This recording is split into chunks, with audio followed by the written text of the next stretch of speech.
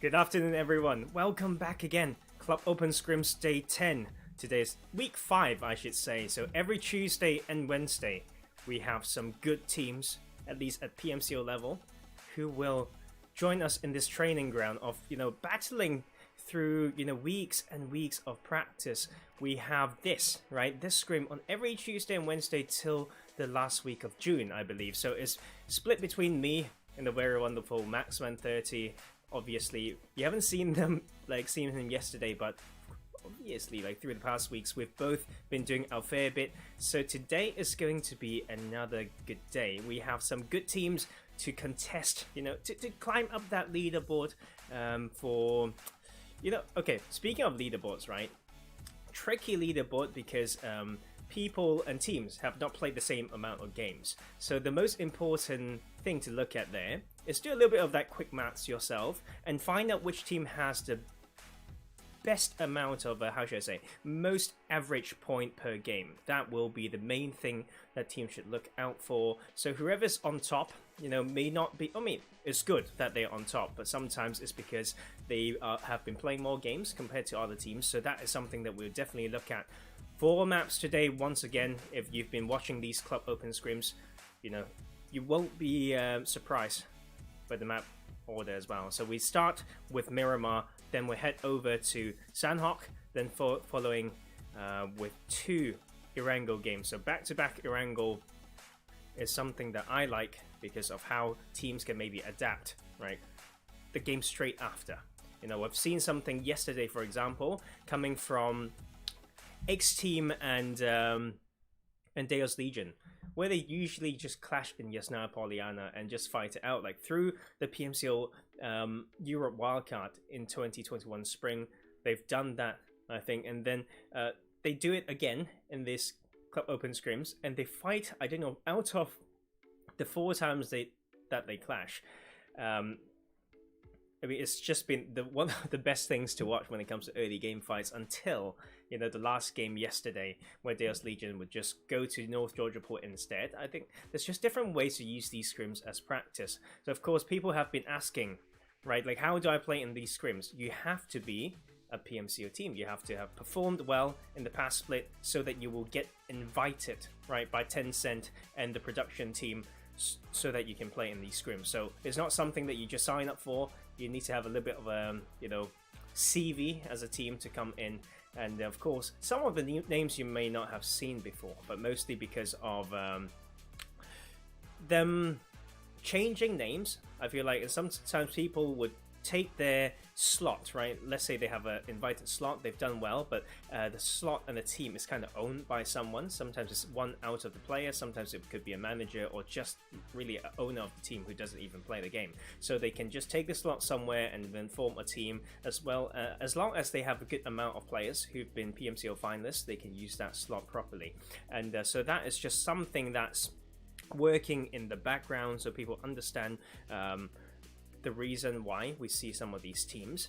And of course, teams have played in different PMCOs. So I'm talking about different PMCO regions. So this is the European Club Open Scrims. So we have teams from multiple regions. Europe Wildcard, we have United Kingdom, France, Germany, as well as Turkey. So a very good mix of teams there. And of course, some of these teams, we've seen them more because they can show up around this time. It's not easy, right, to play around this time of the day because people do have school and work, and we do understand that. And let's go through the teams we have for today. And if you are on the stream, hello. Insani is here to say hi, and is back again. Adrian is here too. So welcome, guys. And we should expect more people maybe coming in. So whether you're just here to watch, supporting your team, learning something for yourself, or you're a player yourself, that will be quite a pleasure for me to cast for you today. So regarding the teams that we have, the 16 teams we have for today's 4 games, you can head over to the description on this stream as well. I put the list down there, but I will go through them anyway. But you know what? If you forget after me going through them this one time, then you can head over to the description to find out. So first on the list, we have Conqueror UK, then we have Warning Shots, BeMyLOOT, also known as BML, xteam, Lakonostra Power, Pen Most Wanted, Team Night Target, RENGERS Team, Conqueror DE, War Dynastie, Takeover, Daos Legion, IMPERIA, SNAKEsquad, Seven Sins, Royal Esports UK. So those are the 16 teams that we are going to have something to focus on, right? So first of all, Conqueror UK hasn't got... Let's just go down the list and I'll give an impression as we wait for the game to start as well. When that happens, by the way, it's just standard admin stuff. I'll head over to that game screen, tweak it a little bit, make sure the quality is fine, make it full screen, etc. Because I do get a clean feed from the production from StarLadder. So whatever you see, I see. Right, so I don't have, you know, there's no particular delay between me and you, so the stream is completely live, but there's a delay between what I've been given to what's been happening, so I will try to keep all of you updated when it comes to that. So Conqueror UK, I haven't been playing with as a full team kind of yesterday, so yet to see something that stands out to me, I should say. BeMyLOOT, another UK team close to qualifying for the PMCO Europe West. I think they were 5th or 6th place, and they may have some roster changes again, so need to see how they work out. And you know what? Without further ado, the plane is flying over Miramar. So let's head over there, and I'm going to adjust this as we go. So what I have to do is this, make sure that is all okay. The volume seems to be good as well. So that is a bit done, I believe, and hopefully that would oh, just one more time, okay, there we go. And we're gonna bring this music down at the same time, and then we're gonna go straight into it. So plane path, woo, let's go. Pretty southern plane path through Monte Nuevo all the way to Impala. So pretty southern path. Some of these teams love going to the northern parts. I mean, El Paso has been pretty congested, pretty highly contested in different... It's just in PMCC that I've been casting in the weekends, and same for these scrims. Like, there are teams who just absolutely love El Paso, and seems like SNAKEsquad, a team that has some really crazy amount of frags in some of those games yesterday, will be there to contest for that one. And we also see quite a few teams around Monte Nuevo. Monte Nuevo is just the home, right, for xteam. And Takeover tried to fight them yesterday. They are going for a round 2 today. And yesterday it was one of the quickest squad wipes in the early game. And xteam may try to repeat that history. And I mean, have they not learned the lesson? I mean, I think they just try to practice this way. And seems like xteam will still get that early pressure and early advantage with that circle as well, going to that western side. So phase 1 circle complements the plane path pretty well. And interesting name. I will have to probably pass it back to officials. Some player names not quite okay there. And I also see Agon from Unicorns of Love, some good friends. Just, I don't know why he's in here playing PMCO scrims. I thought you've got PMPL scrims to play, so I'm going to maybe DM him later and shout at him. But, you know, they do have players chipped kind of between the two teams. Back for Mercy, who plays for xteam, kind of like part of xteam, who will play for Unicorns of Love. And also here, Los Leones, nothing new for the RENGERS. This team has played the PMCO UK and dropped Los Leones for quite a few times. In this scrim as well, they meet again with Team Night Target, and Team Night Target is just strong. Like, should I say that, like, there's a few times that they clash in here, and Night Target has, you know, the upper hand. So RENGERS need to come in knowing how to prepare this one better, because I would hate to see when you get to play in this caliber of scrims and you just keep repeating your mistakes. Like, that's not something that you want to see. You want to adjust, you want to see how you can make it better, you know, outsmart, outplay again and again. It's like a game of chess. But if there's no elements like that, then I really would be really disappointed. And of course, it's not just this standoff happening in Los Leones. We also see xteam and Takeover still trying to fight around Monte Nuevo. The good thing is, right, that they can rely on this drop, I should say, city being in the middle of the circle for phase 1 to make this work for them. And we can see at the bottom right of our screen, take cover once again. Like, the second one not right there, the first one's dead, but there's a return not coming through from take cover onto xteam. So I think Takeover has a good chance if they know how to play this, just because xteam's all kind of clumped up in the same building. But that also allows them the quick support, quick pickup as well. Just gonna call that player's name as off.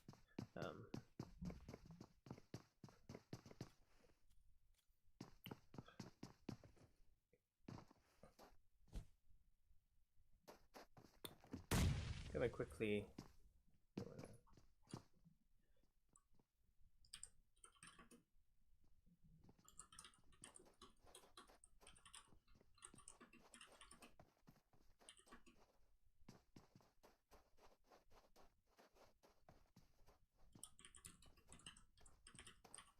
Okay, let's continue. Just got that little bit of admin done, making sure our staff are aware of things happening.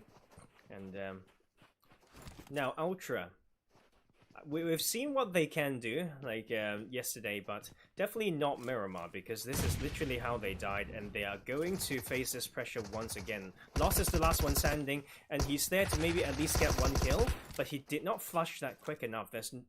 That 1 point is what you want. So 12 teams remaining now. So I don't think Takeover got any points, but Night Target as we speak. I've kind of jinxed it, or should I say cursed the start of RENGERS, but that something needs to be done, right? When you get to practice in here, you drop alongside certain teams again and again, and you see their names in the lobby as well, then you need to know how to do better.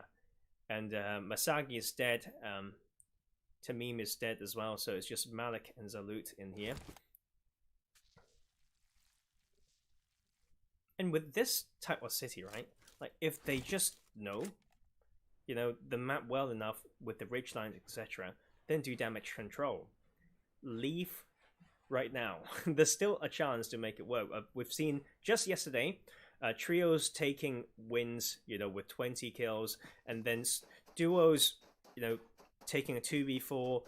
It happens literally every day that I cast a scrim. So there's no reason for these teams to believe otherwise, and they just need to focus on the next right thing to do. And didn't choke, didn't stay around to force yourself into the fight. And so right now, Royal Esports, welcome back as well. A team that we want to see them do more, to leave a kind of a more vivid impression. So a few teams need to still come in to the circle. I think that plateau around the Picado Hill surrounding Power Grid can be quite interesting. I'm just going to call them Scrim Farm right now, because otherwise it's going to be confusing. So Scrim Farm holding the St. Martin bit. So Conqueror UK will claim the Hacienda del Patron. So we'll have a little bit of split loot, got themselves some vehicles, and they need to try to find a way to go around is what they need to do. Pen Most Wanted to the south of Conqueror UK as well. So if they want to, they can kind of choke some of these rotations. With that playing path being pretty southern, these teams should have a good idea of what teams are around them in that pocket of locations around the map. So Power Grid, Graveyard, etc., Hacienda. So this is time for them to, you know, remember the early game information and, you know, outplay each other, remind themselves what they can do, and how to maybe out-rotate each other. So that northeast side can get pretty busy.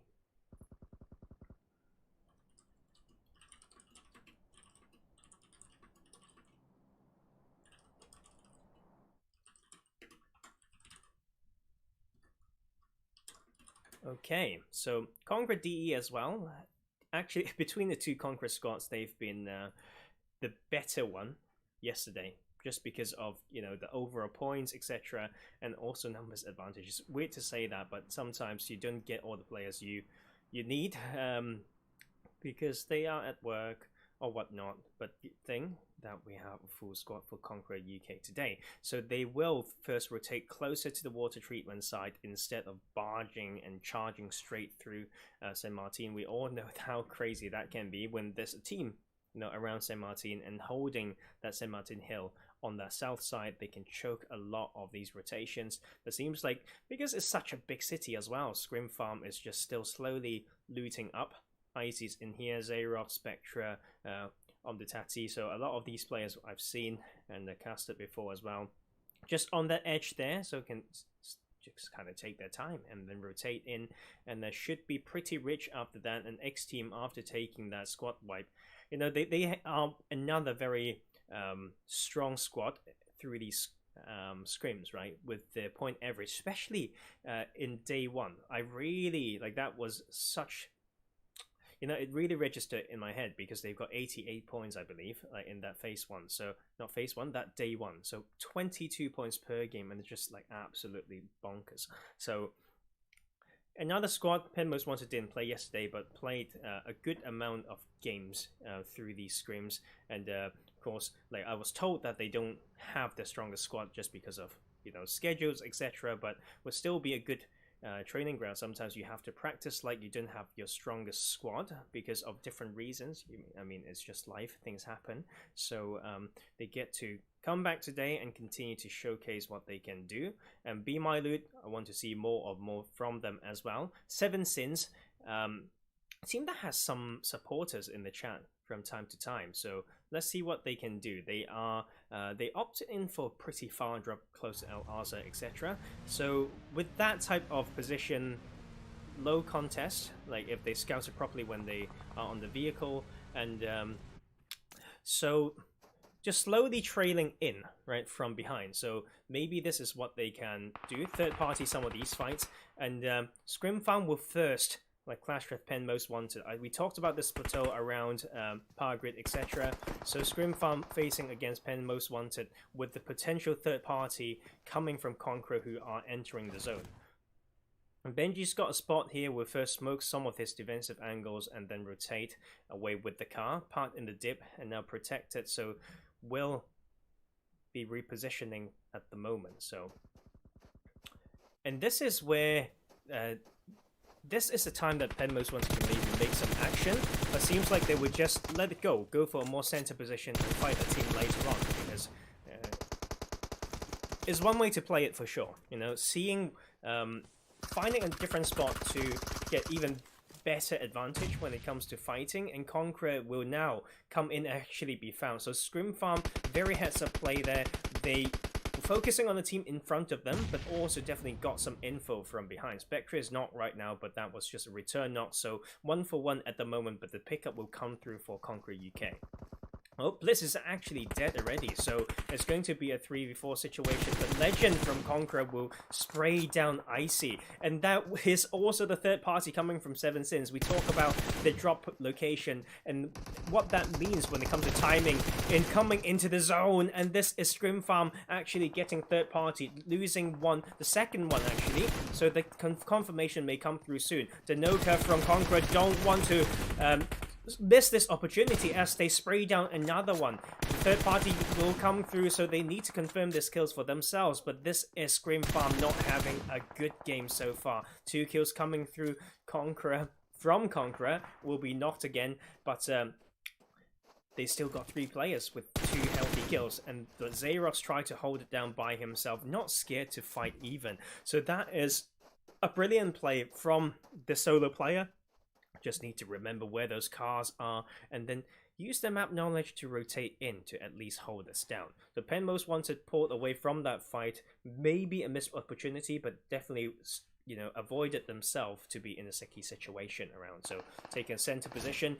Interestingly, maybe xteam wants to pull back a little bit to loot, so they gave up Monte Nuevo where they dropped, and so this congestion is pretty crazy on this bottom left quadrant of the map. You can see Royal Esports is around there, BeMyLOOT coming in as well. Then WS, let me think, like WS, excuse me, I kind of need to find out the name again. Warning Shots, I think. So Warning Shots are there and pulling up on BeMyLOOT. So many teams on that side, man. So and Xerox also put some work in as a solo. So this is how we need to see, right?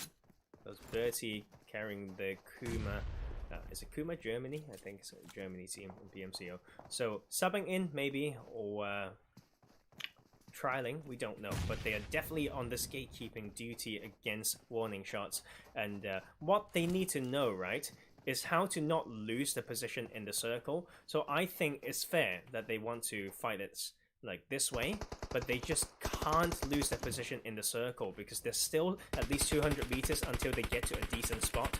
But it seems like they're all, I shouldn't say tunnel, but focus on this one position. So they are just trying to chase down the side of warning shots, and then Wise will land some with his iron sight M416, trying to do some with. Time for BeMyLOOT to focus on 1 or 2 players so that they can at least capitalize on something. That is definitely a confirmed one.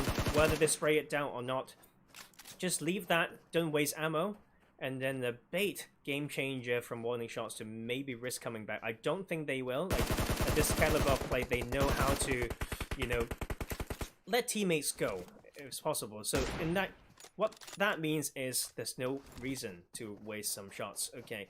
But I mean, I won't be too harsh on that because maybe there are other teams coming in and they want to confirm a kill before it gets stolen. So either way, you can argue it. So xteam now in here, of course, they pulled away from Monte Nuevo and close, have a bit more of a split control, very linear like formation along La Drillera. So, and actually will still get some strong spots from the top side of Monte Nuevo. So Deadly will establish that anchor point, but then Off and Agon has to come back in as well.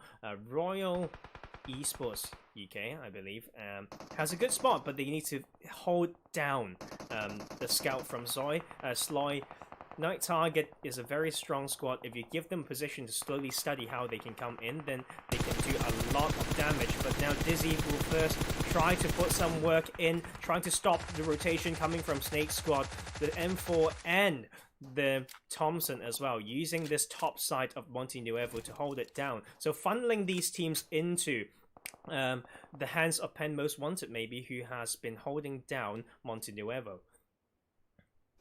But after all, it's a pretty big city, so let's see how they hold it down. Penn Most Wanted with a 2-2 split on one side, and not as easy as people think holding those compounds, but because the cover angles may be tricky and it's not easy to protect your cars, and the whole of that north side can slowly just come in after all. So we're just assessing different parts. SNAKEsquad, this side also not so easy against teams who will push in after all. And then Royal Esports, like we mentioned, still need to fight off the team coming from behind, which is Night Target from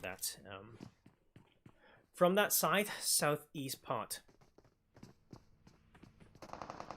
And let's just see how they work this. And look at Conqueror Germany, sending to very heads-up play. They in a textbook sending of 2 players and then the other to Overwatch, completely baiting these shots, and we just claim this compound away from Penn Most Wanted. So this is the issue with sometimes these sort of split, is that you can't establish a good cover fire. You may just need to pull away when you need to, and it's quite easy to get baited when it comes to shots. So Conqueror Germany will hold that spot and take it away, know what it takes, and just make the crash when it matters. Seems to be a Monte Nuevo finish for this one.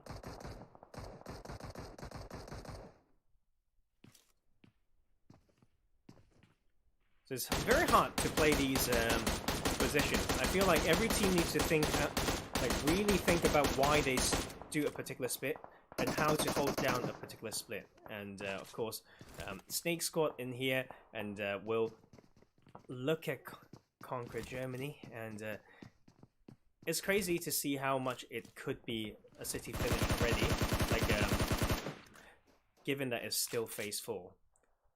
But it's nice, right? So sometimes you would think, maybe I wish that I played this part of the map a bit more, but this is how I see it. There's a lesson in every game. You learn one part of the map every game.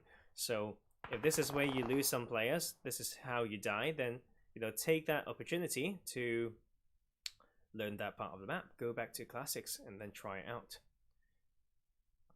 So it's still a bit of a tricky one for this circle because it can shift anywhere, literally anywhere, and it can shift away from the city. So let's see how these teams are going to play it. So this is going to challenge quite a few teams. Whoever take that center bit around that junction may lose some vehicles coming from, you know, the pressure all around. But we can see how the top right quadrant becomes really hard. Xerox, of course. Is that a double knock from this solo player? Am I tripping or not? Like, just so confidently playing this game still as a solo. 4 kills so far, I think, for him. Just playing a solo game. So BeMyLOOT trying that crazy split along the edge, going down one by one. Alpha is knocked as well, so Sultan is the last hope for BeMyLOOT.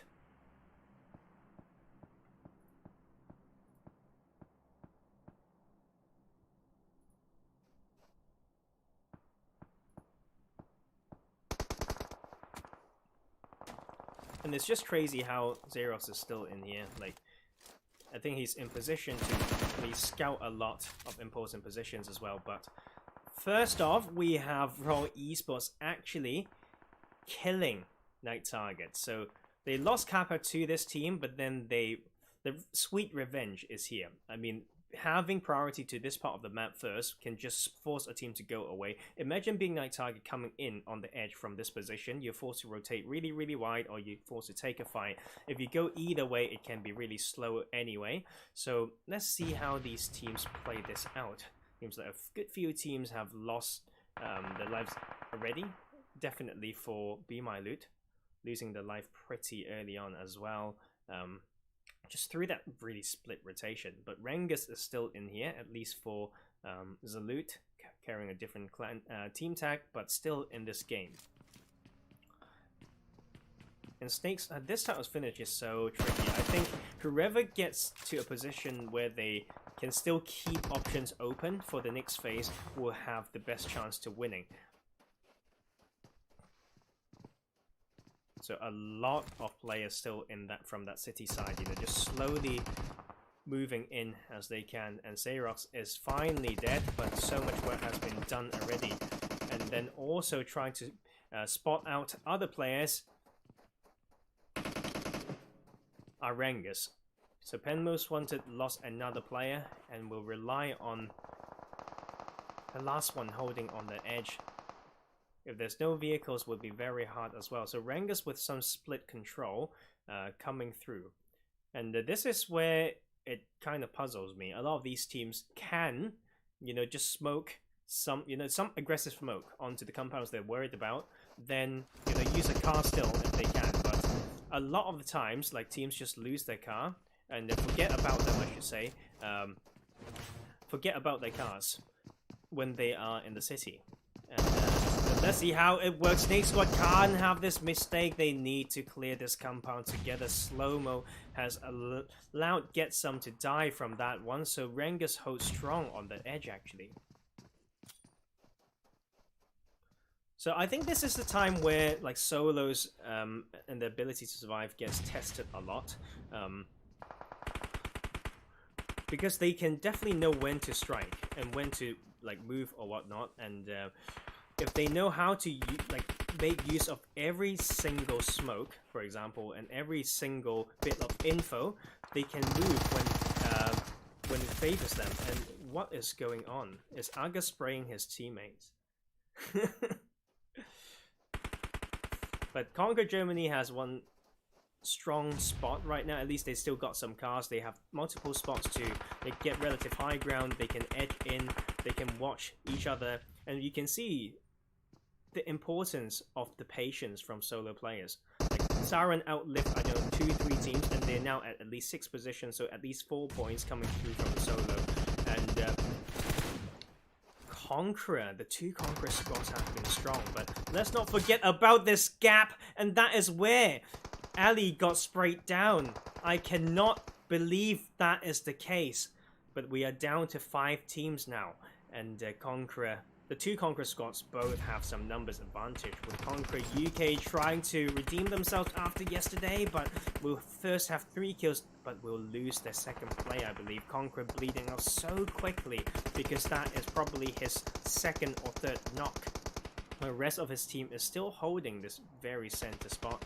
Just Anoka needs to know his limits around that window. The third person peek can be the reason how players die if they don't know the absolute limits of it.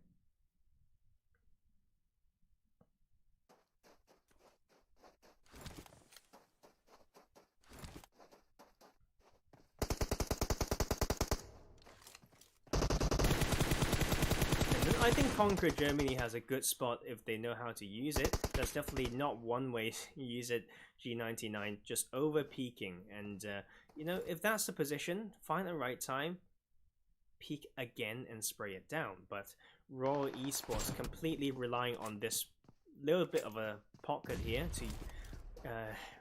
to work their way through. And 7sin's been edging in, studying wherever they go, and then studying, finding out like the amount of risk, doing that risk assessment before they move in. That's how they've been able to move it to top 4. And I don't even know whether they have that amount of kills, but they are bagging at least 10 points in this game, I believe, and they're still on edge there. Now, this is a test for Conqueror DE. They need to come in and push through the street. They can actually use this chance to make it work for themselves. Well-placed smoke with some good crashing mechanics can allow some baits and some, knocks coming through onto the fellow Conqueror squad.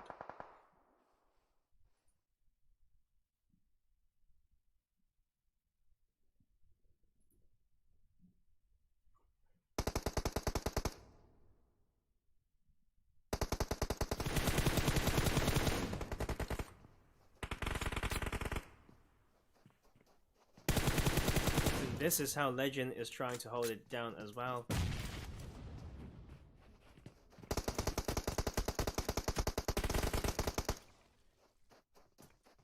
Legend, the last guy standing. And this is where I see, I'm just waiting and waiting, looking at those micros.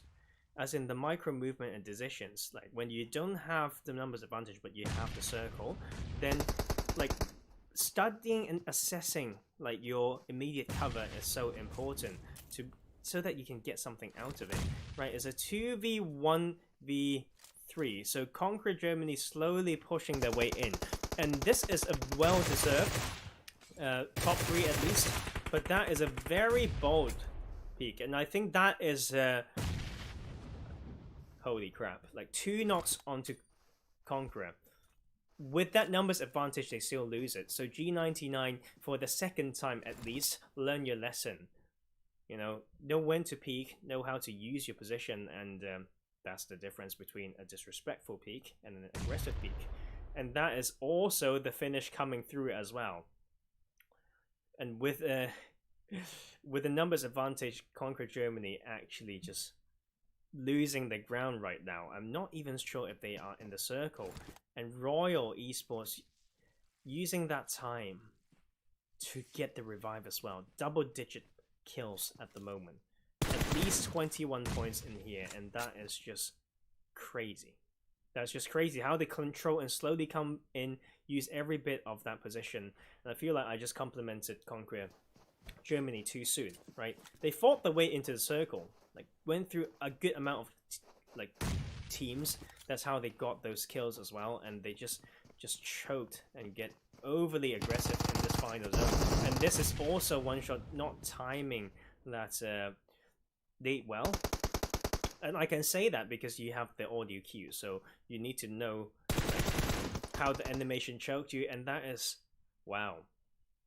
I'd say Raw Esports not making or making the least amount of rookie mistakes, and that will allow them to grab that first chicken dinner. Oh. This is the better one, I'd say. There we go. So that is game 1, guys, and something that stood out to me: Conqueror Germany, right? Good plays, kind of macro plays, but a lot towards the end zone gave that chicken dinner away from the repeated individual mistakes in the micro decisions. And Scrim Farms last player, how he just You know, people play so chicken, dude. Like, but he selected an area to control and then just get the most out of the situation. So respect to Xerox in playing, showing us how it can be done, just like frag after frag. And I think 9 out of 10 players, or 2 out of 10 players, will play that, can play that way. The other 8 will just chicken and try to, you know, come in. I can't say chicken. You know, like trying to play a survival game doesn't mean you're chicken, but like most of the time, it will be so much towards the side where you just think, oh, don't shoot, don't shoot, don't shoot, just live, live, live. And you know what? It's kind of like in the middle. It's very hard to think which one's better. So let's go have a look at some highlights before we go on to a break. And this is some brilliant play from that early game as well. And xteam trying to control the position on the top of Monte Nuevo. That's their drop. They know for these bits of circle, they would rather play from the outskirts, and this is working through from phase 3 and 4. Raw Esports slowly moving in to grab themselves that chicken dinner.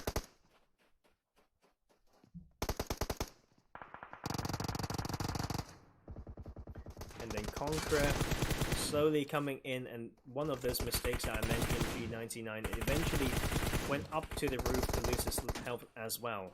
And but at least they first have this good breach of a compound, but this will be Ali with a beautiful finish as well. And that is Ali taking that time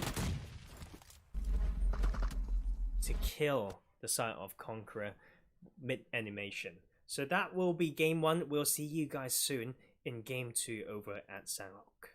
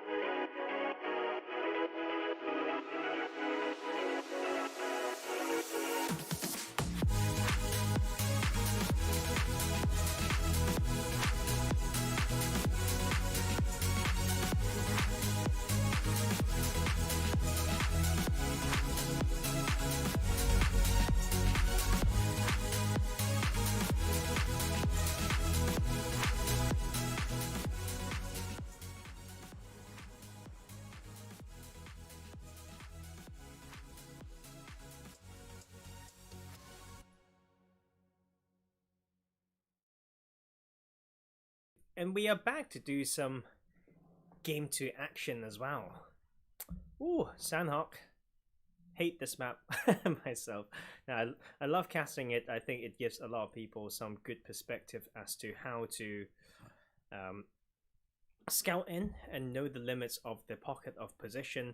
With this plane path is not harsh enough to force players to not go somewhere. So let's see how they play this out. Seems like we have some teams going to the Northwest Island, but quite far from each other. We've got Take Cover taking Heart in, then Seven Sins around these compounds to sell for Camp Alpha. So they should know that Camp Alpha is pretty open for them to grab as well. And a little bit of early clash potentially between Conqueror UK, trying to land some shots already, Denoka, onto... can't quite see that team, so we need to find out. I think that's Royal Esports UK in there. A split coming from Lakonostra Power around Ruin, Nakam and Tambang. Then a little bit of a congestion around this bottom left side for sure between Warning Shots and Conqueror DE. And Conqueror DE showed some very good plays in the last game, but choked a little bit in that end zone. Not the end of the world. So with this type of positions that they should know, they can maybe use it to their advantage.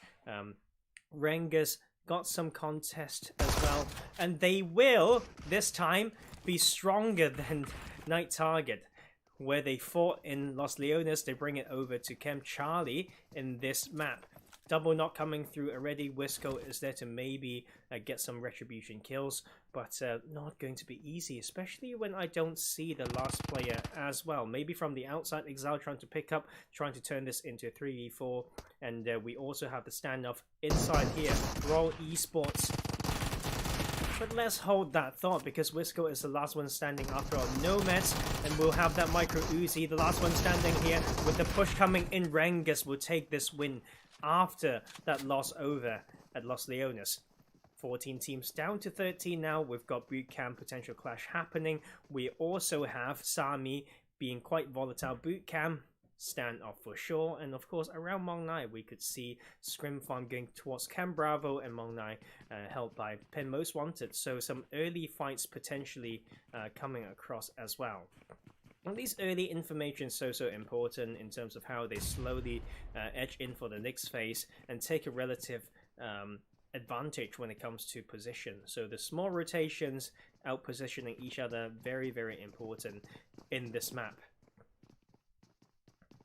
Let's not forget that Conqueror UK has lost one already, so the momentum definitely on the side of Royal Esports, especially after winning that game 1 in such dominating fashion. And Legend needs to know that he may get pushed from above. Being in these trenches, he needs to be extremely careful. And the drop down is so confident coming through from Ellie, the player who clutched a lot and finished a lot of players in there. Will be here to try to kill this, but forcing out of this main lobster building is the side of Royal Esports. But there is the third party coming in from xteam from above. So Royal Esports need to control the positions, but xteam actually helped the side of Royal Esports here, trying to be using this cover to revive. Like, more pressure can come through from the hill, but that actually just took away the pressure from Royal Esports.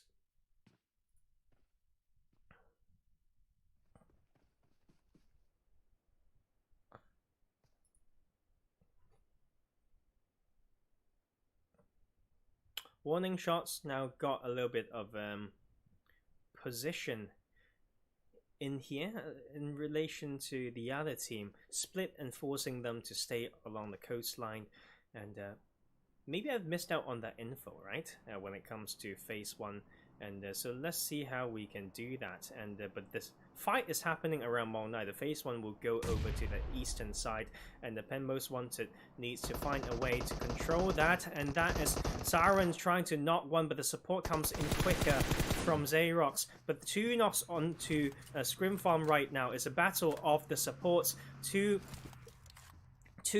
versus 3, I believe. The one flushed away by Scrim Farm already, but the support is coming in very soon. So this is time for this squad to capitalize on this. But first, we see warning shots killing the game to third place, I should say, and Conqueror Germany needs to hold this down for sure. But warning shots need to be careful with their position and knowing those limits, otherwise this would just happen straight away. And this is also seems like Scrim Farm and Pen Most Wanted still fighting double knock, and with the finish coming through, maybe last one standing for Scrim Farm. So battle of the supports, like we mentioned, Benji making some work done to revenge for Saren on that side, and Conqueror Germany will slowly just rotate along that coastline after all. And this last fight happening, not easy, and I think it's probably a 1v1 towards the end, and then that will be Pen Most Wanted taking that win over Scrim Farm. Might be a trio as well, I don't see the last player, so a 3v4 around Mongnai will give them some momentum and hold down a position that is still inside of the circle. Now phase 1 is very hard to predict when it goes to that side, and let's see how they hold that down, whether to cross or stay on the eastern part, and because it's just hard to come back into the center sometimes and take cover. Heartbreaking game 1, because it's not just because they died early, it's because it's a rematch from yesterday in Monte Nuevo. Seven Sins played there a little bit of stealthy style earlier and were able to get the second place for themselves, so safely 12 points in their pocket. But they now need to rotate through. Very close to them is take cover, and that could be a bit of a clash on that Heart-In bridge. Definitely take cover will take out one of Seven Sins, I believe, and we'll still have the full squad. 14 coming. The Tommy gun remains to be really strong in this meta, and Blanco definitely. I've been hard on this team yesterday, especially in that last game, and Blanco with his aggression need to know how he can control a pocket of position, and will be able to use this rock and just maneuvering around. That movement is good from take cover. The last one standing, and Blanco just needs to buy more time, and suppression fire coming through from across was not enough, unfortunately, and that is Blanco heartbreaking position. They played quite well and bought so much time. So Seven Sins remain to be a trio after this pickup, with one floating underneath the bridge.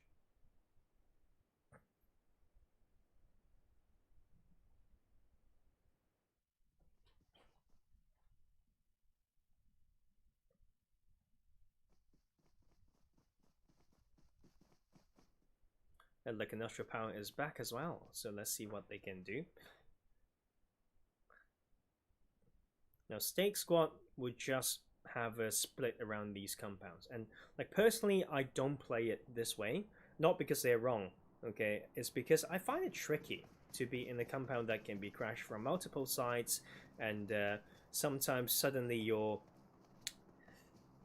how should I say this, your escape strategy will not be as well established. Very hard to anticipate which side is safe upon feeling pressure on one side, and the Lakonostra power slowly moves through the coastline just off these outhouses of boot camp, slowly moving up this hill. But this type of hill, I mean, is such a typical hill to hold because it's so strong against boot camp and the coastline rotations, and Empire is slowly rotating in so they can maybe choke the side of Lakonostra, but Kappa will first open fire, and with that opening not onto Ticker, the rest of Lakonostra power may be forced to rotate away. Now, if I were them, I feel like I would open fire a little bit later, and right now they are just full sending it like in the open. It's not going to be easy. Ali needs to make his absolute best work in there, but that will be at least holding and forcing some peaks coming through, and Element goes down as well. Ticker goes down, it's the last one standing. Royal is so confident in this one. 7th kill come through, and they have a full squad. Man, this team is showing up. Will this be the new contender for the next PMCO 4 split? Potentially.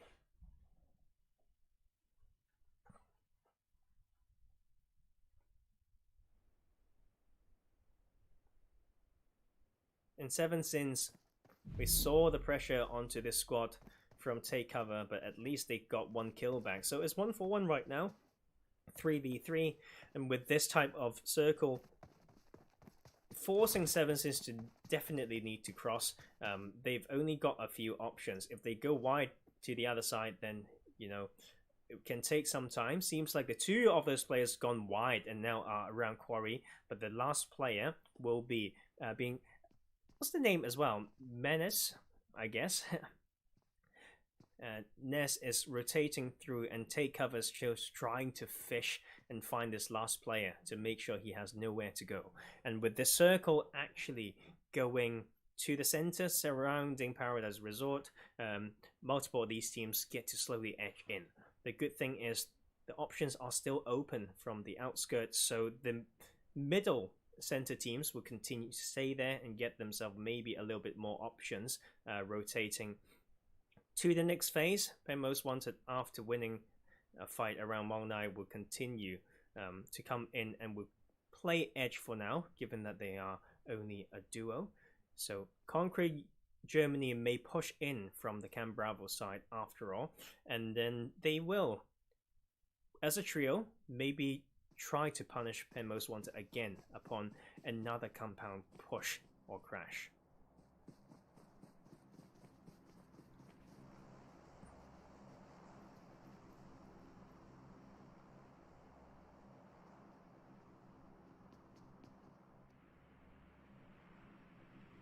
And Take Cover still holding this spot. I think this is about time to accept the fact that you may not be able to find the rest of the players.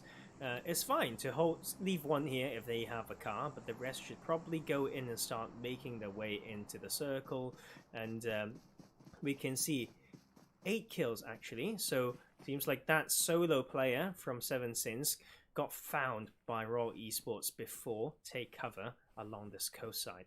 And then Strout is still trying to slowly grab some info along that coastline. This is a very tricky spot to cross, I feel like. So some just landing onto twigs, and Royal not scared to exert their dominance and show their presence.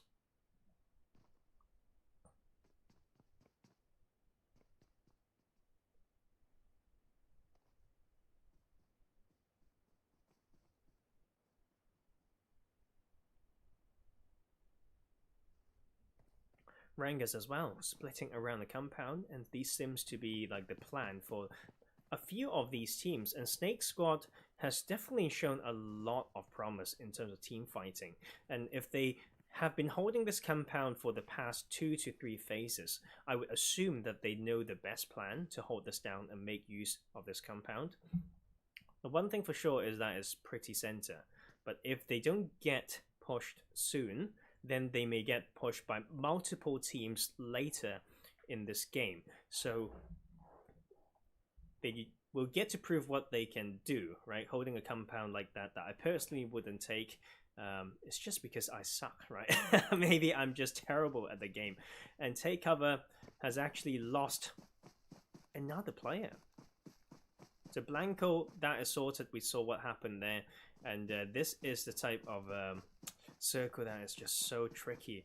I think the teams in the center will be highly rewarded, but harsh shifts is always part of the game. And I think the next bit of clash is definitely between Take Cover, and I feel like that might just be the 9th and 10th kill for Royal Esports. They have been trailing these 2 players and knowing the limits here, and they will strike right now with that 1 knock, and the last one just done. And with that circle actually going over to Paradise Resort. And this will be a very, very interesting one to see how BeMyLOOT holds it. Like sometimes you feel like, right? Like, oh, the circle's given to you. They dropped there, they stayed there, they got the center. Now they need to win that, and it's not going to be easy upon the breach from so many teams. They need to know how to properly split, control a side of Paradise, I think. A side that they have multiple options, ways to support each other, for example. If they can't do that, might as well just, you know, open up a side, you know, keep 1 to play stealthy and 3 to actively hold down one side. That would be how I call it if I'm the IGL of that team. Meanwhile, RENGERS, after that very strong win around Camp Charlie, holding this compound for a while now. Don't have a spot in the circle, I think, but they will first kill one of Conqueror Germany before heading in. Buggies parked in position as well, so they are safe at the moment. They can use that for a later rotation, but it's all about getting info beforehand. And SNAKEsquad as a team pushed in onto this side and will take this warehouse position. The problem still, okay, is that it's more open than people think. So if there's a team slowly coming in and scout, they can just find the best time to strike. Third person peek, assess all of that fight and the position of SNAKEsquad, then laser them one by one. But you know what? That's just my worries as a analyst, analyzing covers, analyzing structures of building or whatnot. And let's not forget that xteam is still in here, and Paradise Resort is going to get more and more congested. We have RENGERS now coming in onto that eastern side, BeMyLOOT still holding one spot, and Conqueror Germany. Is that them out? I think there's at least 2 more players on their side dying for sure, and then the next bit of clash might be on that north part where Royal Esports with their position as well, maybe pushing upon Pen Most Wanted on that north side, but we'll first see RENGERS trying to take control of Paradise Resort, and that is Tamim almost losing his life, but they made it in. So this is the thing with holding this type of compound. You want to do a split, you better have a good reason, and you better have the most well thought out split. Otherwise, you will just take this, 8th position with no kills. I guess that's what I mean when it comes to positions like this. BeMyLOOT losing one, multiple squad pulling in now. The split is not working to their advantage. Just so split, so hard to support each other. And this will also be something that we need to not really predict. It's just so hard to predict, but the circle moves away from Paradise, so they need to go out on this western side. RENGERS with the aggressive push actually not having the best time. BeMyLOOT finally gather their firepower. Salute, the only one standing in this building, facing a 1 versus 2. And Royal will also strike. Just what the hell? They have a 2-2 split, I believe. 2 on the north, 2 on the south. And the 2 on the south just takes care of half of the xteam squad. Unbelievable.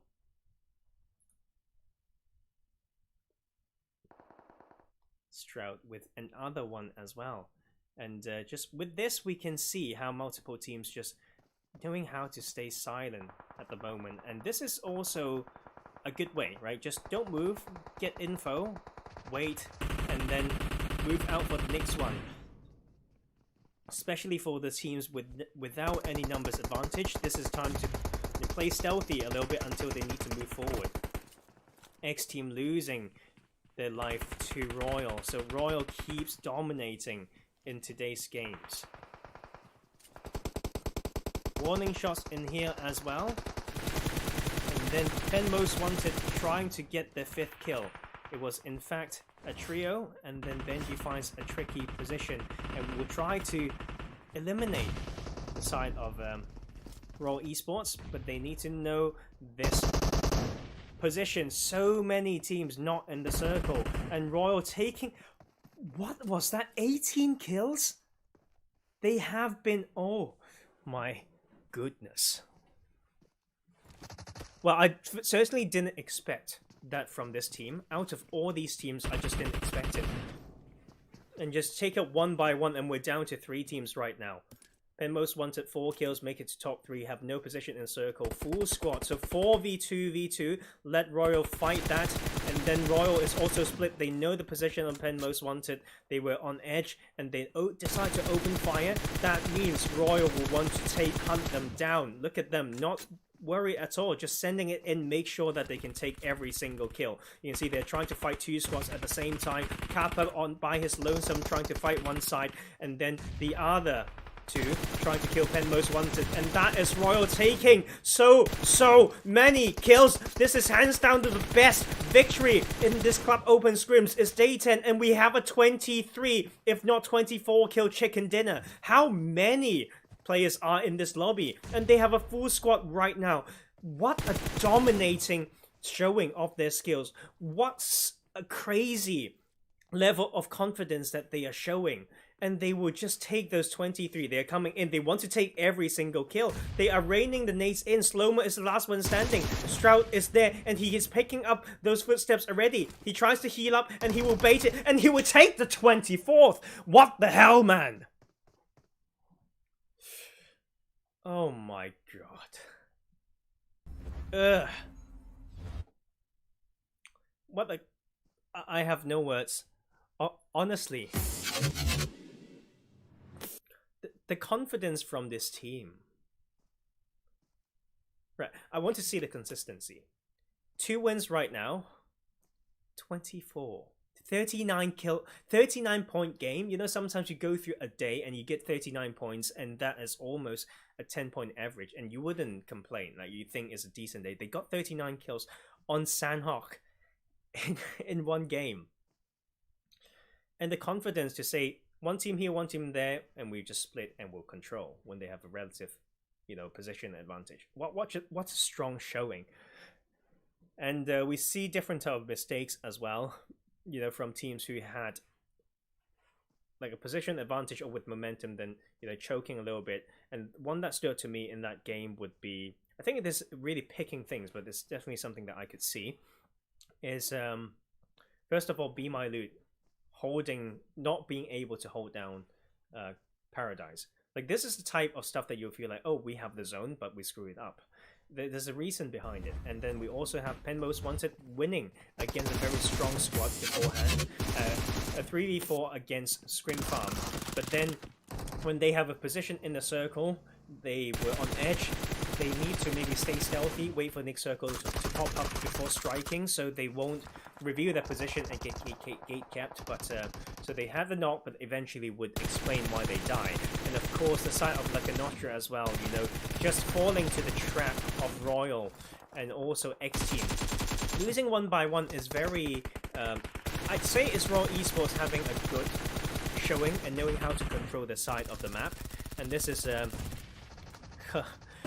Empire. Royal Esports is so strong. Like, if they continue to play like this and it's the same roster going into PMCO UK, I think they are a very, very dangerous squad. As they come in to just take every single bit as well. Every single point counts, and they just made it work. Like, just take some time to absorb that. 39 point game. Jesus. Like, would you complain? Okay, if it's a 24-point game with a chicken dinner, that's a win with 9 kills, you would celebrate. But 24 is the amount of kill points that they got. My mind is blown. And I can't wait to see more from this team. But without further ado, we'll go on to that break, and we'll see you guys on that 3rd map over at Erangel.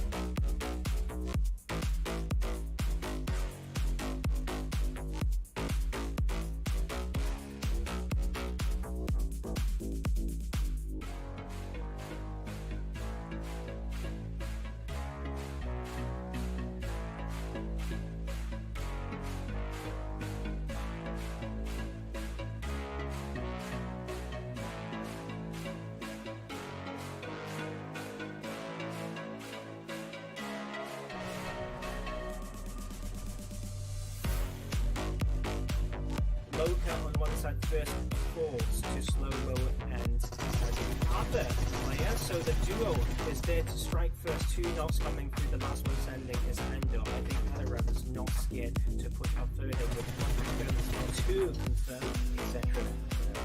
Who knows? Chemistry between players are very top, same as the car in this game style. I think the buggy might be Turkish. I mean, this is like an extra hour. No limit to stay up on edge right now. I believe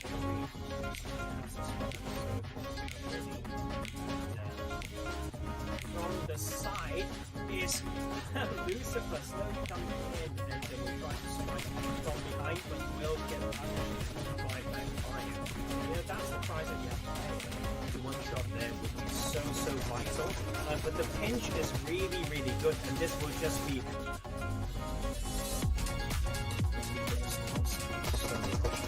and that is good backfire to fire first. Take out Erangel when he has no chance to return. Daos Legion needing to make a move, but that is lost. Trying to pin from around, and the last one standing maybe? No! Indeed, in the center being very hard. And this is talent all over. The patience coming from this player. So 1v2 at the moment, maybe the third one as well. Take that 1v2. Loka is there, and the cruiser is there to help.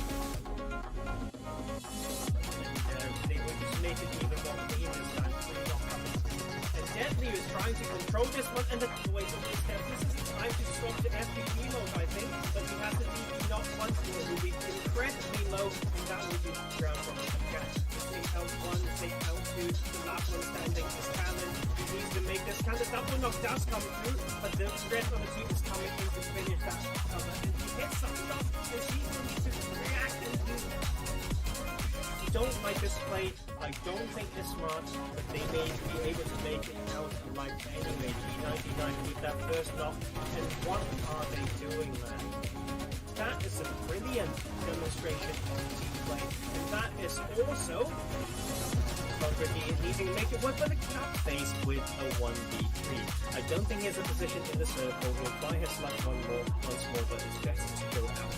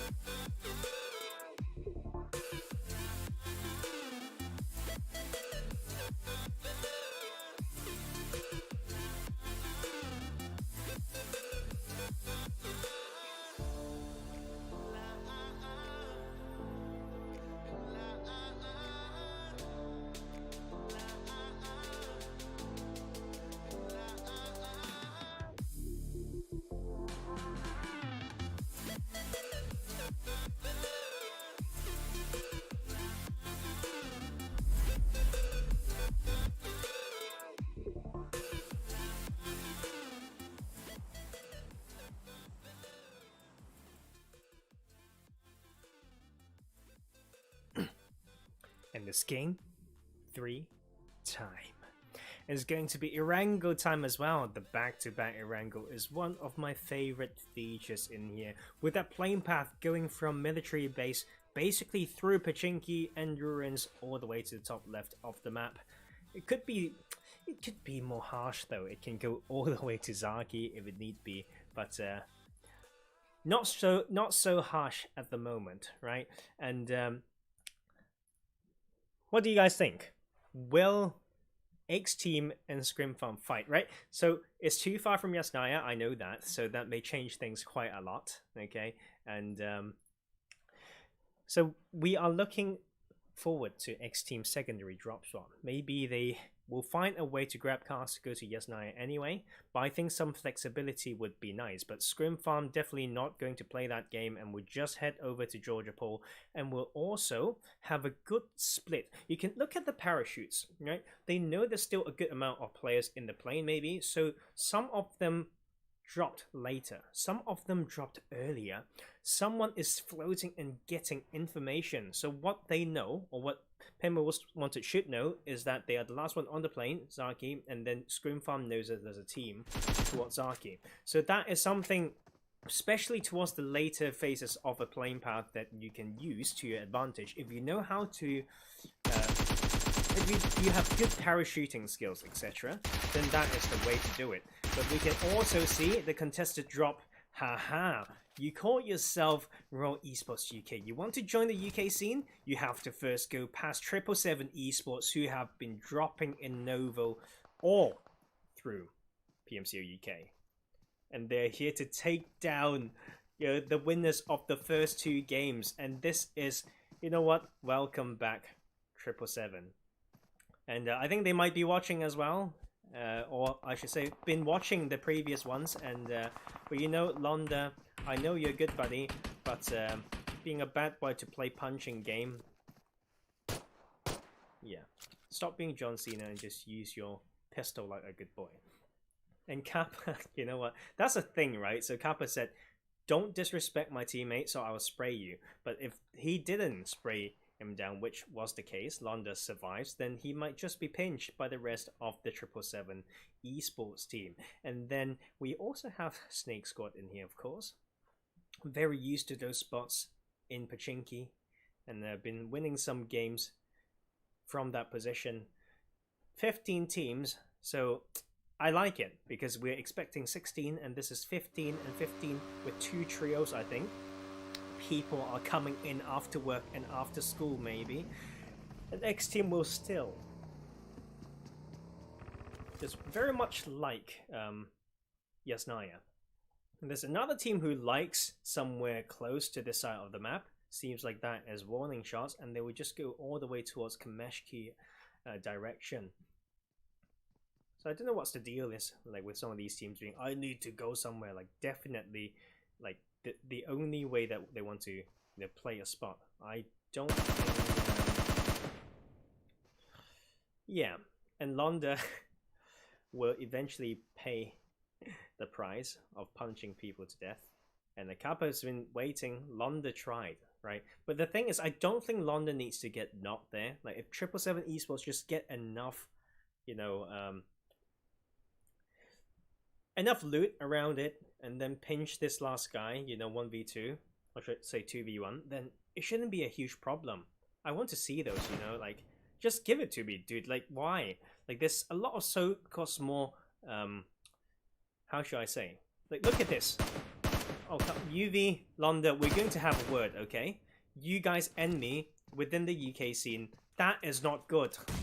You send your car up, yes, I know, you stop him from dying, but the other teammates of yours are not in position to stop Kappa from taking out your tires, etc., or even. So you're risking a potential double knock by your enemy. And then Royal has not just Kappa, there's also Strout. So look at the mini-map. Strout is maybe coming into support from far, and then they are feeling the presence of Strout. If they lose this one, oh my, I'm going to be so sad. Like for...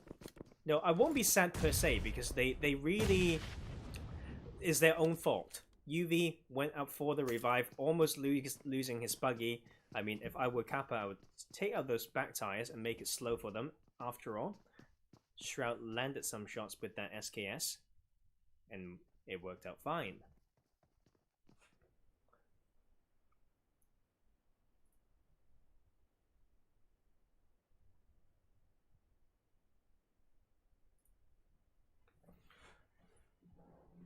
Warning shots. Actually didn't want to go to Kameshki, just want to play the north part of the map. Of Yasnaya, I should say. So Strout continues to put pressure on. Like, it's crazy to think about this, like, and Kappa just buying more time, and this is really smart. He goes out to the side that allows Shroud to land some shots with the SKS, but after all, this is a lot of people to shoot down with the SKS, and then they will do some jump shots and stuff and take out Kappa on that little bit of skirmish. And then 777 Esports, although they have been making mistakes, they actually will survive this one as a full squad. So taking out the games 1 and the winners of games 1 and 2, very good work by them.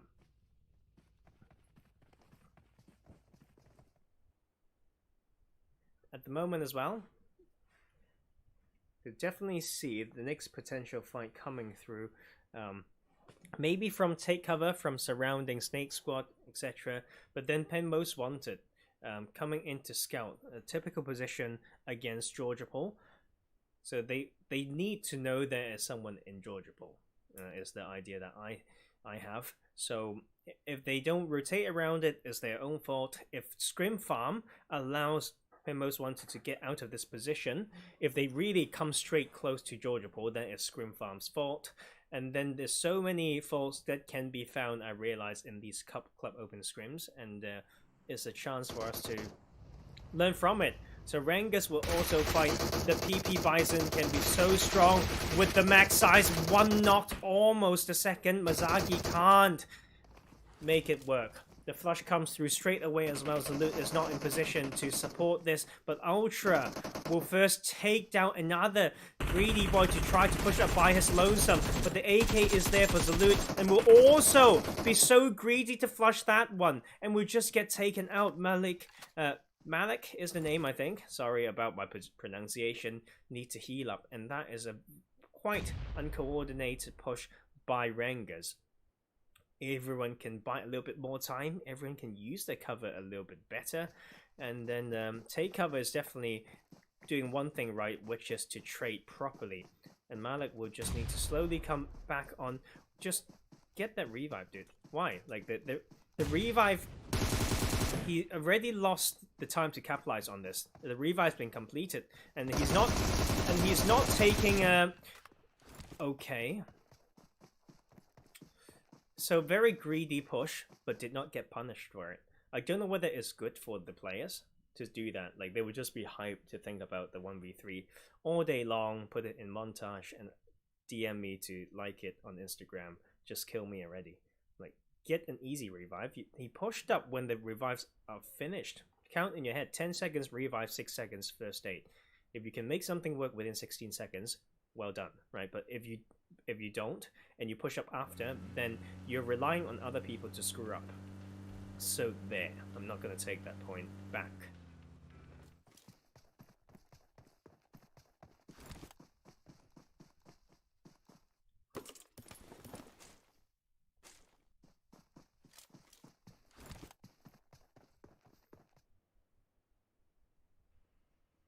In this middle zone, we've seen this very common radio tower. Very strong in tier 1 play if they know how to split and protect vehicles around it. Need to know the dips really, really well, so Night Target may show us how to do that. Conqueror with some good split. Conqueror UK, right? Using those hills around Quarry as well as the compounds down close to the chopsticks. But they need to support quick enough, I think, for these. These type of split is what I mean. So Lakonostra power, slowly rotating in as well from that eastern edge, slowly finding themselves a spot. And SNAKEsquad rotates out of Pachinki after all, and I mean, they've played this drop for so long now. I would expect them to know all the strings around it and the rotation paths as well. The SNAKEsquad definitely trying to scout properly, using that ridgeline. Alaref has landed putting so much work in, right, the past day. And Danoka is tapping along with that red dot on the Mini 14. And Slow-Mo can be in position to punish any further peaks coming from Conqueror UK. But Conqueror UK is quite split though, so they need to make use of this split player maybe. But he is just watching and making sure that he's tracking the movements from SNAKEsquad. And that is also the cover's angle coming in now. AKM is the name of the player, or Akam, I don't know. AKM. And you know, sometimes if you have these brilliant ideas of a name and then you have your own special way to pronounce it, then you let me know. Otherwise, I'll just see it as English. And just try to guess. Now, funneling into this area, this is scary from RENGERS. I lost 2 players early. Malik being incredibly bold once again. Time to die, son, because that is a price that you have to pay by rotating past like this. Why can't people understand, right, the difference between an aggressive play or a disrespectful play? Malik should die long ago. I'm sorry, but that one before, like, is I mean, it didn't get me wrong. There's a good hipfire with the M762. The barrel is really strong for that reason, especially if he has 90 FPS. But rotating like that, no, just no. So the northern parts of the map has gotten quite interesting from all the teams from Georgopol, Yasnaya, and all that. Now holding some spots below Mount Everest, I should say. So Scrim Farm took the very patient and time to hold Georgopol and loot up Georgopol, I should say, and now slowly coming in with this basically most like a northern shift, gentle northern shift. Will place Pen Most Wanted in the middle, and all these teams holding around the chopsticks in the zone as well. And we can see xteam going to where night target held, that radio tower. Let's see how they make this further. And then, interestingly, Pen Most Wanted want to control the northern side a bit more, so Kid will scout out a little bit and see whether he can get anything from there. But there's a 4 team from Scrim Farm holding that position, and he will actually get punished for doing that. Not even an easy position for the rest of the team to look, because of, you know, just how the buildings are like, and Scrim Farm can just look down from above. So I think that is Kid paying the price, trying to scout and control the northern side. So many teams trying to crash into that location though. Just look at this circle. It will be a battle of awareness, a 360 awareness, constant assessment of your weak sites, and then making sure that you pick one fight at a time and know exactly why you do it. Scrim Farm got that kill onto Pen Most Wanted's Kid, and they will continue to control this phase from the northern side.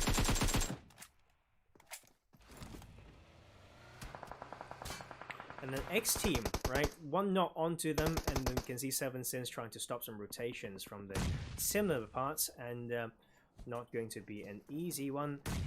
7 Sins holding this spot, but xteam are so good at trading, etc. And that is the finish coming through. Down to 3 players is 7 Sins, and they have this spot for now, but I don't know for how long, because it's just that really slim tree. They need to think about the next build cover. xteam got that revive and now come in. Maybe we'll crash this single player, and seems like this is a plan. They just want to eliminate this, and just very easy textbook left and right push and finishing another player. Well, Alicio has a very cool DP, seems like. That's at least something that I could see. And warning shots also in here. We saw them, you know, going to Yasnaya, then slowly come back in, but with some knocks coming through, Tika will want to crash this compound where they knock some players of Conqueror UK. Why is no one punishing this? It's crazy to me. This is so bold from Tika, and the rest of the squad are not in position to watch that either.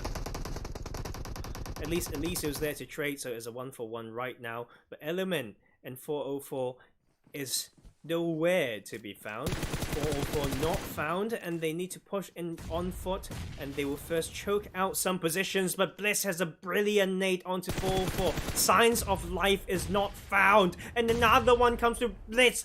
Is a god at the moment. Element, very much hyped up player from a lot of viewers, needs to come in to savage the situation. 3 knock onto Lakonostra power. Danoka should be here to finish this fight, and I do not understand why it's taking so long. But you know what? just controlled play. Just controlled play. Use that nade instead, and don't risk anyone pushing in. I can't disagree with that. It's just quick and efficient. Conqueror take a clean wipe from that position, but they will need to move out of there very, very soon because we'll have another northern shift.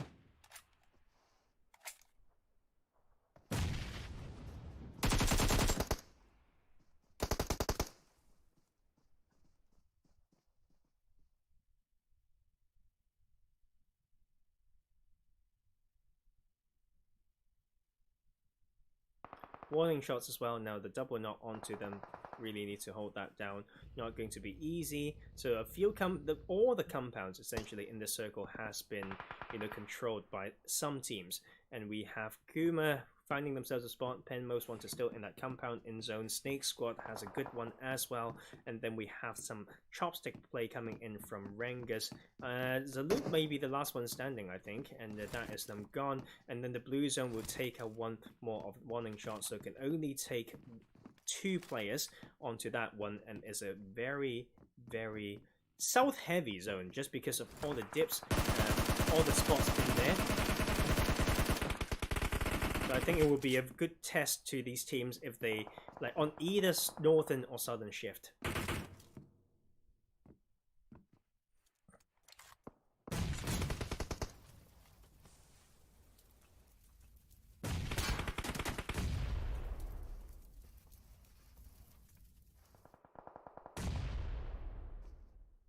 And Scrim Farm now fighting with Pen Most Wanted across the distance. It's a drawn out fight, I think. Overall, 1-for-1 trade in there. One team has the hard cover, the other one needs to rotate from the outside. I think it could be volatile on the north part, once again with xteam also in that area. Sly trying to get the second kill for night target, and we need to first go through the side of Conqueror UK. Some chopstick action like we saw yesterday as well. Not easy spot to hold if you get crashed, but seems like they will just hold this one down for now. Conquer Germany also putting work in.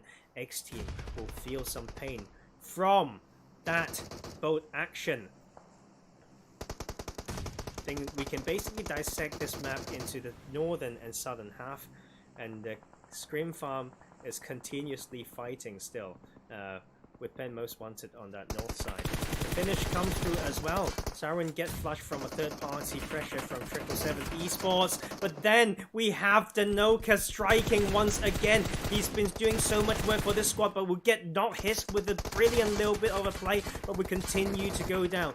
Boom is the name and boom is the sound as we have Conqueror taking the 6th kill, but the double knock onto this team means that they need to salvage the situation. The Scrim Farm eventually pull that trigger and take that compound fight, and we take up Pen Most Wanted in that compound crash. With the numbers advantage as well, that's probably the reason why, and just not easy without the numbers advantage in there. Scrim Farm wants to take some, you know, fights, clear out their path, so I agree with that type of push, and it's just also like expected, I think. And xteam, knowing their spot, I think they lost quite a few players already, but Nightmare, at least 2 of them are in the circle at the moment, so let's see how they can hold that down. I feel like it's a little bit of revenge from like Scrim Farm to kill Pen Most Wanted. Like 3v4 over at Sanhok. Tables have turned in this map.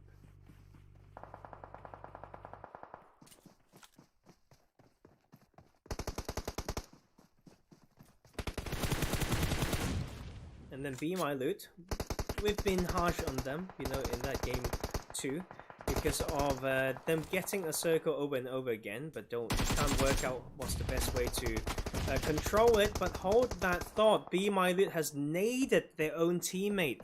Bertie with a different team tag, wear the same clothes if you play the same game. It's like a football game, and but I think it's miscomms right there. But then we first have, you know, BeMyLOOT still holding this one. Bertie needs to get picked up but so many teams are looking at this direction, I feel like, so it's not going to be easy. And then SNAKEsquad's trying to strike from the outside as well. Such a crazy compound to hold. Everyone just need to know their absolute limits, restrict their movements when need be.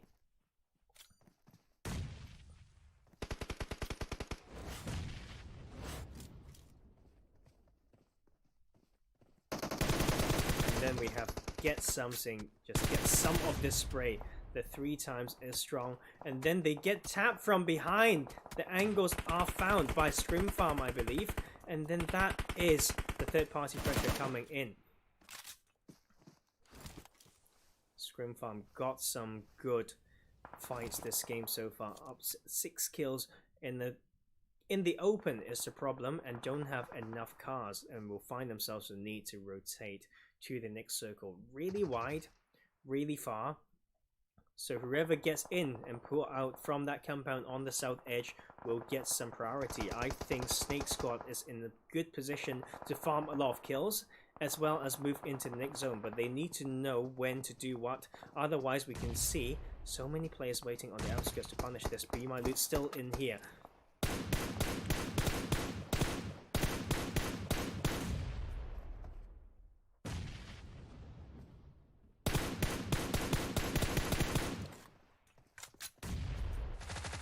And GetSome's been putting so much work in, just from the outside, and knowing the ridge line as well, so finding a cover whenever he does something, and just find a balance across that.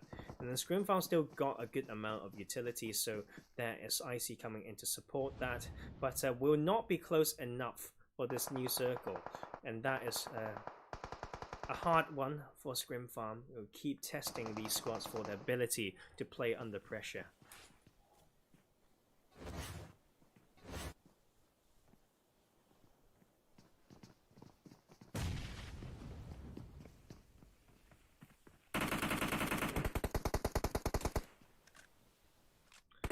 Scrim Farm needs to get out of this, and what did I say? They have a relative positional advantage to reverse gatekeep. Or should I say just gatekeep, not reverse gatekeep, but then they need to hold down the pressure from all these teams to need to move out from within the compound. And you can see Probo in Game Changer from warning shots. You know, this is the patience that you want to see.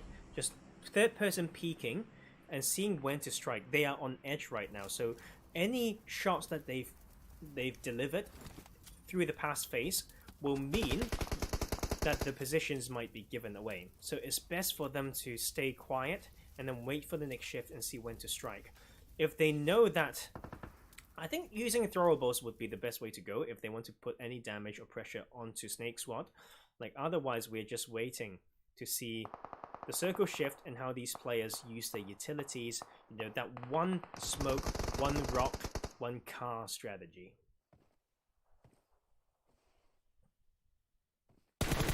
Out. SNAKEsquad, although they've been fighting for so long, they only got 2 kills, but warning shots have opened the shots. This is the warning shots, I don't know for themselves or the enemies, because this is not going to be easy. They've given the position. They are going to spray down one. If not, it's not an issue if you can win that fight, I guess. Let's see whether they have the vehicles to move out of here as well. I mean, they've got a dip. They've got a buggy on the side. And they can grab this crate and slowly move in as well. This is the good time to move. When you are a duo, and you can only see 6 players on the map. And then you also have, you know, people popping up on kill feed. That is the time to move, and that is how they got in, at least for one player. It will slowly move in. Probo needs to move even more, and 7 Sins down to 1 player, but getting 9 points so far.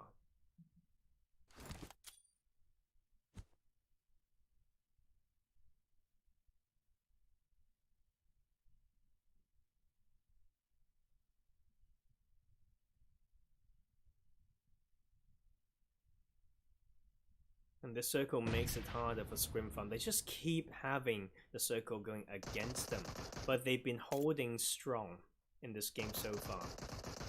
Like rotating in, holding a spot, knowing this the strength of the spot, taking a crash, taking one win, then rotating down and down and down, outliving multiple teams that needs to come down from the north side, now taking top 4, but need to first grab that revive maybe, but then shooting through the smoke is one shot from Conqueror DE, and seems like they have no problem showing where they are. 1v1v2 right now. Probo is split from one between Warning Shot. We've got Probo and Game Changer split, and then the 2 solos. So who knows what's going to happen? Time to take away your backpack. I think it's pretty standard for tier 1. It takes practice, by the way, guys, to know how much to carry, what to carry, and then throw away your backpack. Like that gives away so much info. Like. And that is what Game Changer needs to understand, that a backpack is indeed the game changer, so it's time to lose it. And I think the circle is not in favor of anyone at the moment. Maybe more for Weiss from 7 Sins. Probo is coming in. Game Changer needs to move a little bit more as well. There's a bush, a small tree in front of him, and he can maybe use that. But I think the best way to predict these is thinking the hay bales and trees as where you have to look at most as you crawl in, because that's the more likely bit of cover that people have. But I love this maneuver by Game Changer. Yes, you can see how good a player is based on how they crawl. I'm not even joking. He went to a side where he can progressively move in through a series of bushes. A lot of people don't do that, okay, and that is just dumb. Like, so yes, compliments to Game Changer for showing us how to crawl, and then we will see how they play this out. This is taking longer than I thought, but this is this type of circle, and Weiss doesn't even bother to make it into the circle. I don't know why, and now I think One Shot has a chance. But if Game Changer is as good as I claim based on his IQ and how he crawls, etc., then he should take this win. But no, One Shot will first find, maybe it was the audio cue given away, and still using the bush to land some shots, but after all, that will be Warning Shot's game. With 9 kills, then Conquer Germany, almost making it count, One Shot taking the 7th kill for the team, and that will be Game 3 completed.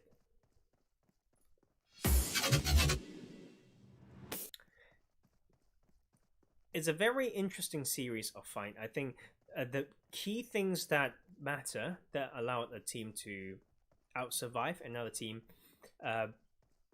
were hard to spot out, is in the very tiny, in the basic things, especially when it comes down to a congestion around that compound close to the chopsticks, and you know, there's so many times when I do analysis or whatnot, you can see players giving too much audio information, for example, so a lot of meaningless and purposeless movements, and giving away positions, etc., and not thinking about, you know, the next step. So we see a lot of these players sometimes shooting and making it harder for themselves, you know, for the next shift. You know, sometimes you assess what's after first, and then you decide, you know, when to strike. So that pros and cons and weighing of those considerations are just part of your game sense, and still a lot of work to be done by many of these teams, I feel like. So that's that, and we'll get to see some highlights, and then we will go on a break as we watch this, and then we'll have this final game over at Erangel as well.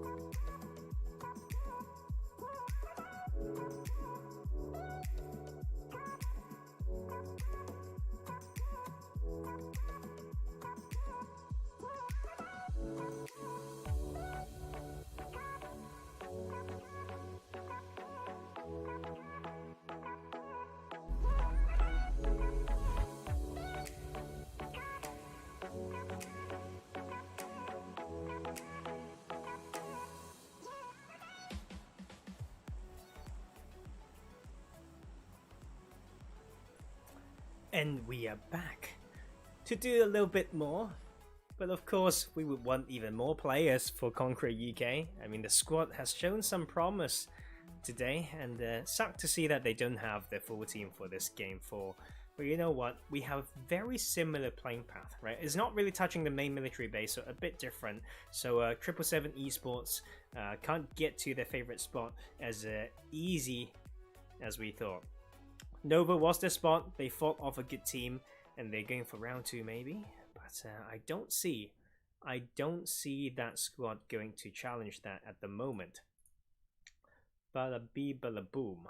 So we may see a bit of a round 2, and something that I'm just going to straight up predict.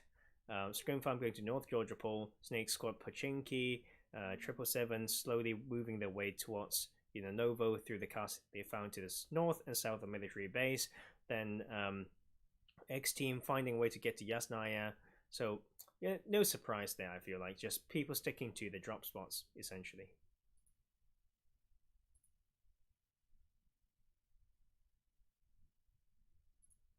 And this is interesting. Take cover trying to run over Aga.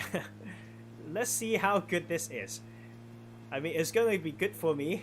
And this is such a stupid thing to watch. This is so dumb. What the heck? Dude, I'm trying to not swear at the same time. Build some momentum, pull back, then crash in again. Aga, good luck! He just made it out. He is so strong with his maneuver. And I'm watching Forrest Gump. What am I watching? Jesus heck. And he needs to try again. What am I watching? God help me! But the good thing is, right, when it comes to actual gameplay, they did something well. Take cover got someone to grab a gun, and the other one to continue trying to run someone over. So we'll force him to run in a more predictable path. I mean, everyone's been so quiet. What the hell, man? Like, say something. And Osmescus is here. Ten's watching. Come on. That has to be something for you to, comment on, right? That was so good. What the hell? Is none of my, to be fair, is none of my, it's nothing that I've done well. It's just them being incredibly funny. My giggle may work for you, I don't know. So that's that.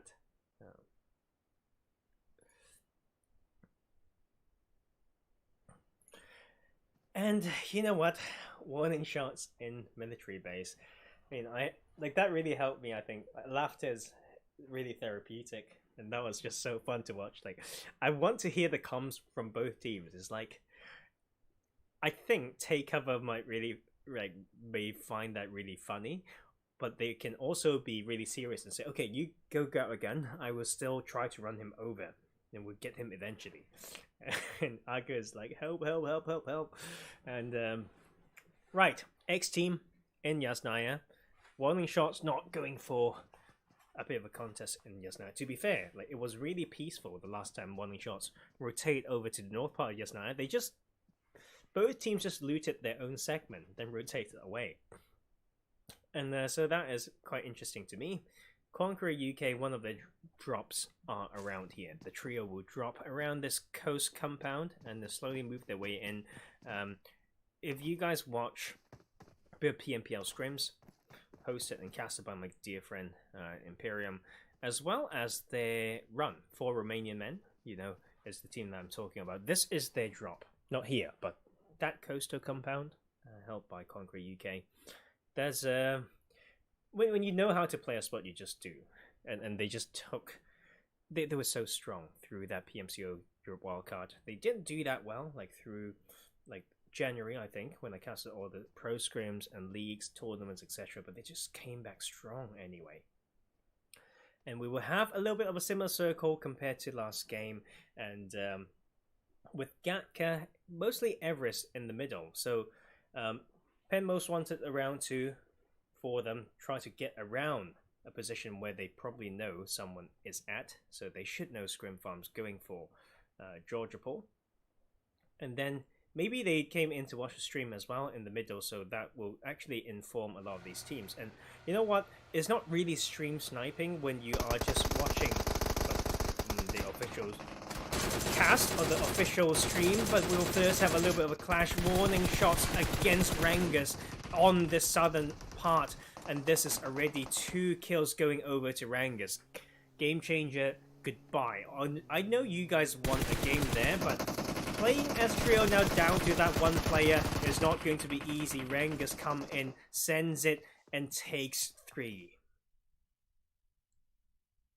It feels like classics to me, that one. Two teams driving, and ooh, that is fancy. Thank you, spectator. That is a very nice car. I don't know how expensive it is to spin for that. I don't even know where it's from. If anyone in the chat can tell me, that would be nice. There's so many seasons that I missed out on this game. It's good to be back. Night Target playing as a trio. But do not underestimate. Was it just yesterday, I think? Which squad that was? Was it Raw Esports as well? No, that was another squad. I forgot the name.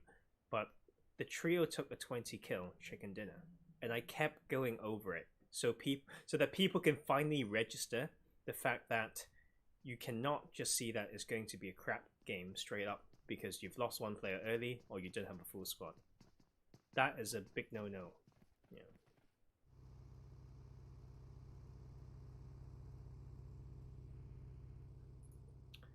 And then we have RENGERS moving in, and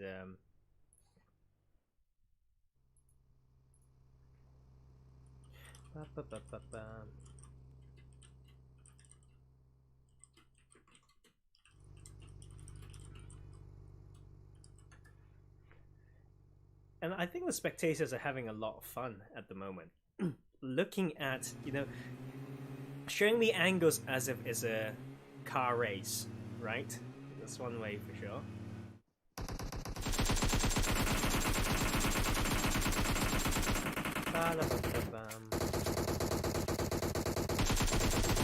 And then Lakonostra power will try to make some things count. Some Gatka area movement and action. Always nice. I think it's nice because it allows people to out-knowledge each other. You see it as an open field, but there are dips where you don't expect if you don't know the map as well as your opponents, and certain rocks and dips. And Conqueror as a trio will push away the other trio squad. So, oh, that's a nice car. Such a shame to be on fire in a way. AKM peeking right now.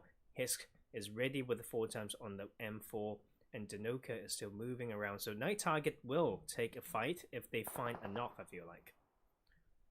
What they have to be aware of is Lakonostra Power's position from that radio tower once again to that grid underneath hospital. So Night Target may find themselves a little bit pinched if they don't move out of there.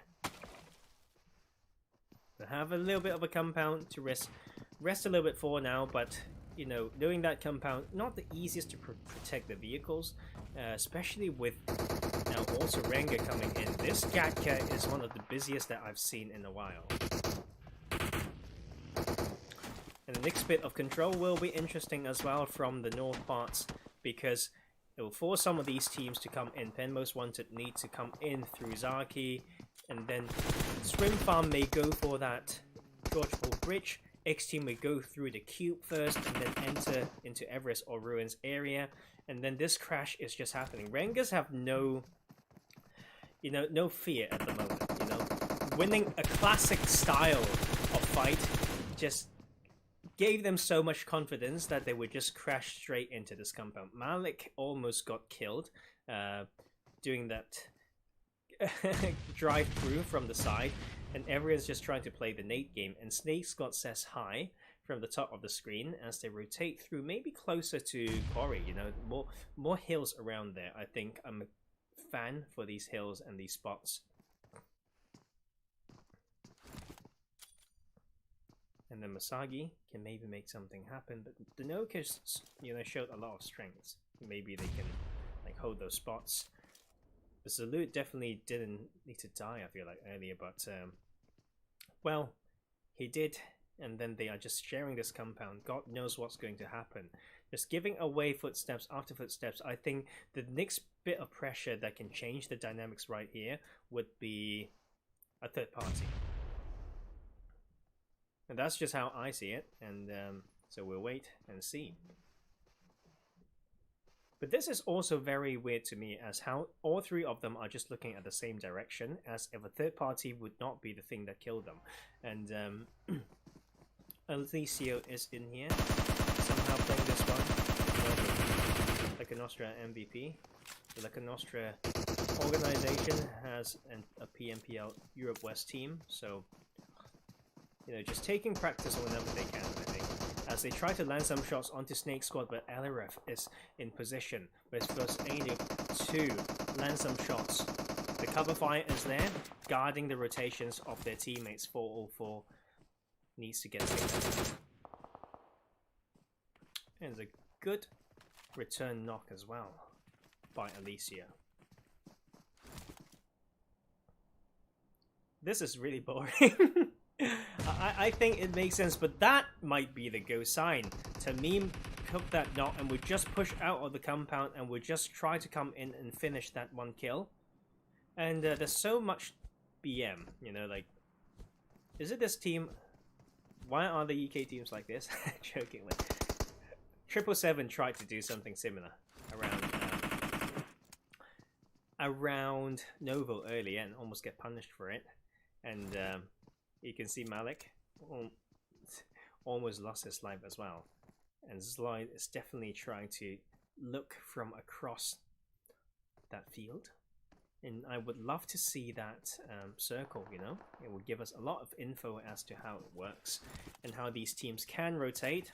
I think it's still the most exciting bit is still about the northern half, in terms of how all these teams come in. But we'll first see Blix trying to land some shots with the AKM against the Tommy gun. Who will come in stronger is Tamim with the Tommy gun.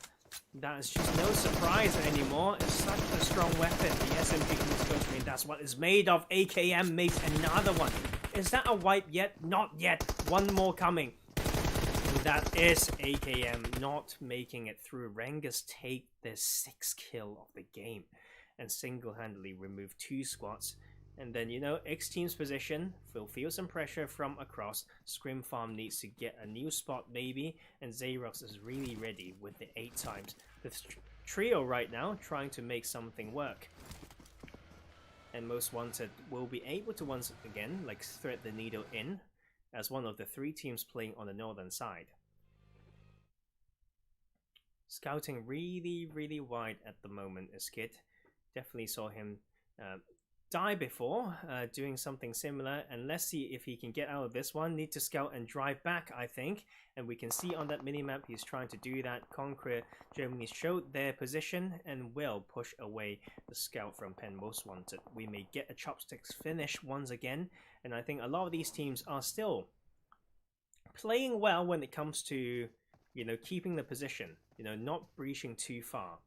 And 7 Sins, full squad up, needing to come in, now trying to dissect the circle through the middle line left and right, and now Ticker is in here and just got baited. Right there, trying to peek and take one down. Night target is ready, and that is, you know, that is the advantage of having 2 on the car. You know, sometimes people won't do it just because they want to keep all the cars, but desperate time, desperate measure, down to 2 players, moving with 1 car and get the perks of getting to 1 drive and 1 shoot.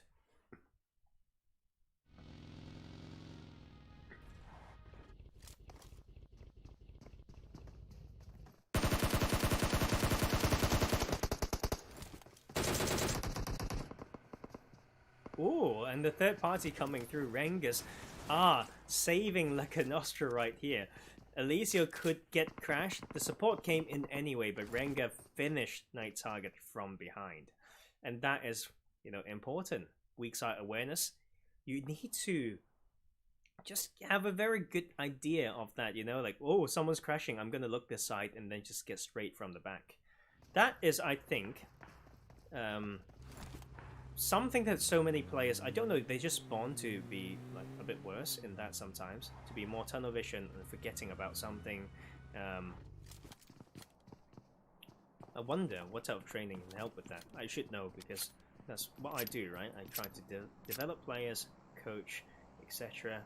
And let's see how SNAKEsquad hold this one. And well, they for sure know the team's there. Adip's trying to land some shots, I think. Eleref with the Car 98 can do some work as well. Let's see how they hold on to this one. And we can see some chopstick play coming through. And we see, right, we saw yesterday how Entropic, a very strong squad, holding the position that the trio of Pen Most Wanted is holding, just get completely eliminated because of how they need to be very careful when peeking from that bit. It's very easy for teams to pull close enough, not to run straight into that left chopstick, the north end of the left chopstick, but just try to rain utilities in. So I personally find that an okay spot, only if they know how to like use it.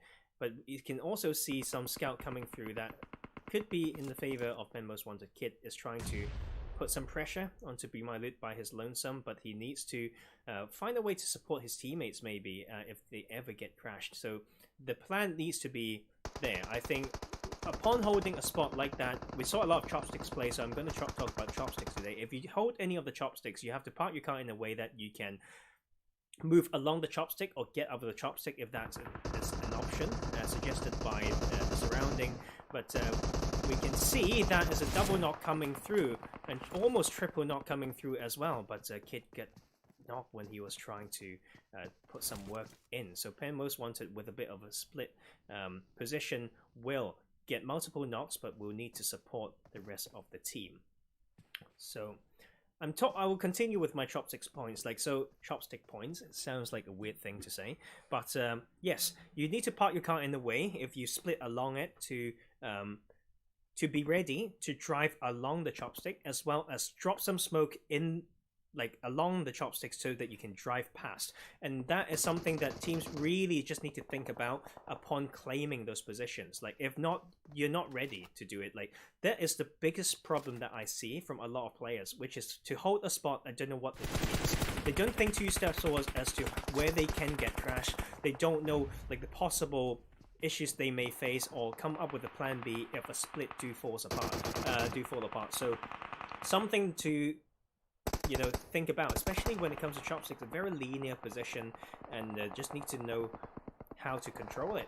So that is 777 also trying to come in now, and had some good early wipes in that last game. This one will not open with any kills yet because they avoided a lot of action by going to Novo and still need to move in. Londo will get in, but Icy will get knocked first, so one of the entry spots has not been properly established with the flush coming through. The double knock, so Londa and Hype has to go for a plan B, and they may need to first take out one player, and that is Hype actually running over. Lost time to deploy some smokes, pick up one of that teammate. Now with this bit of a split, not easy. BeMyLOOT will continue to hold that compound. I think for the chopstick teams, they just need to know when to not to peek, like wait for the next circle. That is the key, because it will change exactly how they want to play. As you can see, it will push all the players in the chopsticks out of this position. So rotate along, then move in from another spot. And we can see the pressure coming in now. Kid needs to hold down that side, and it's a 1v3, I think. Benji needs to pick up that, and it's time to regroup, but xteam will not let this go, I believe. And then 7sins trying to catch BeMyLOOT slipping from across, and they have a spot in the circle, so 7sins can win this one. And there's time for Pen Most Wanted to group up. The pickup came through, the support is in place, and there's time for them to start scouting into the next bit of the circle. And the Gatcat is still in place, so Scrim Farm yet to get a kill, but they are slowly clearing out this one. Historically, a very strong squad with only 3 players against 3 players from the UK scene that had a lot of momentum, but that will be RENGERS first to strike. The trait will come through, and the flush will follow. I think it's 1 for 2 right now. It's the last one standing for RENGERS, so Scrim Farm holds strong.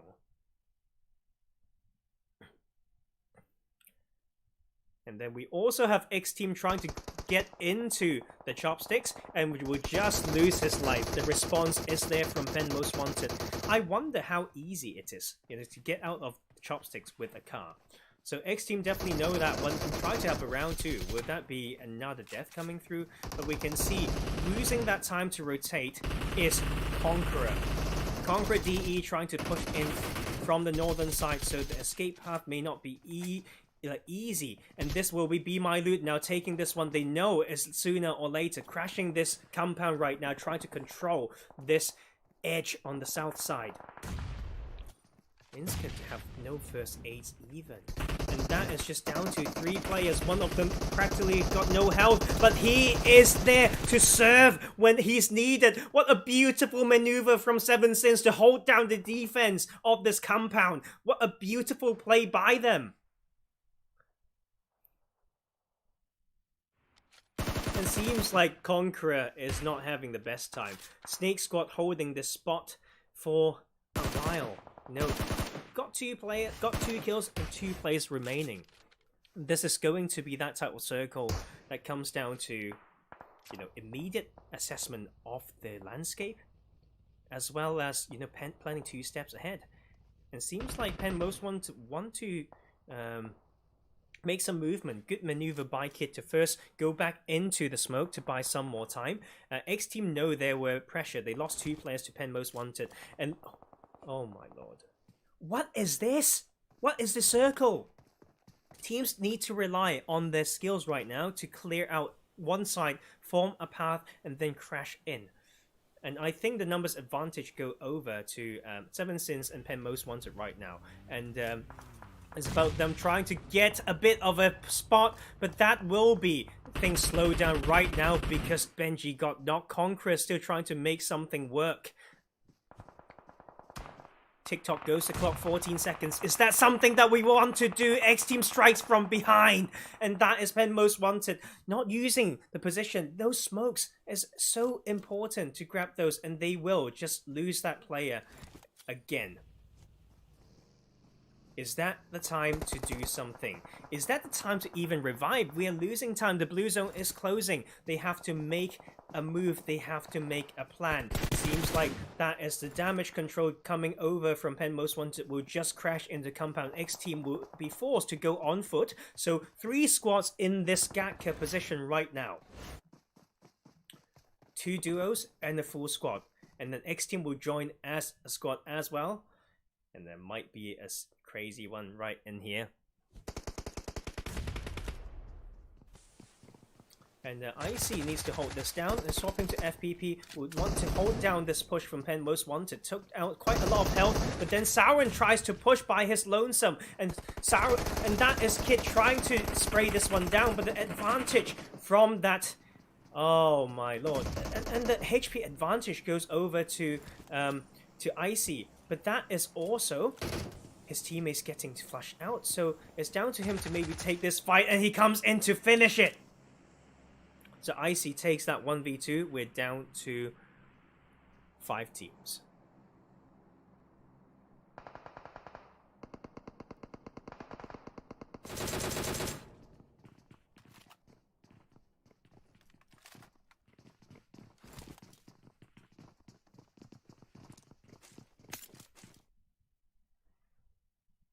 And 7sins hold strong as a full squad. And the xteam as well, slowly coming in and will play on the outskirts. And IC at least survived that one. And Elaraf is just holding on that side. SNAKEsquad takes out 1. There's so many duos in here. So 2, 2, 1, 4, 1. I can say it in a better way, right? Full squad, 2 duos, and 2 solos. There you go. Is my math correct? I think so. And we can see 7sins should be able to win this just based off numbers advantage, like almost half of the numbers of the lobby.